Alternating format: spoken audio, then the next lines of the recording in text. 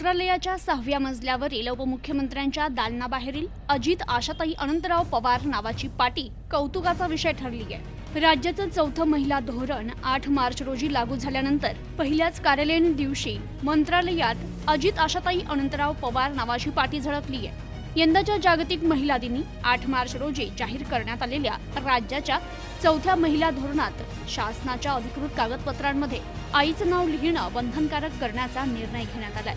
या निर्णयाची अंमलबजावणी तात्काळ करण्याचा मान उपमुख्यमंत्री तथा वित्त व नियोजन मंत्री अजित पवार यांनी पटकावलाय।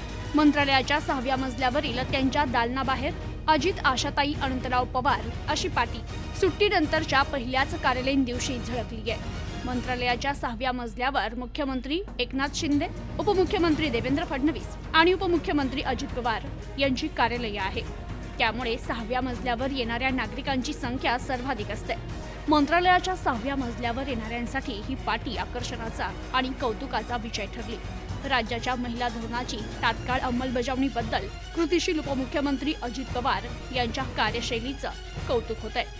प्रतिनिधी अनुभव भागवत, न्यूज टुडे 24, मुंबई।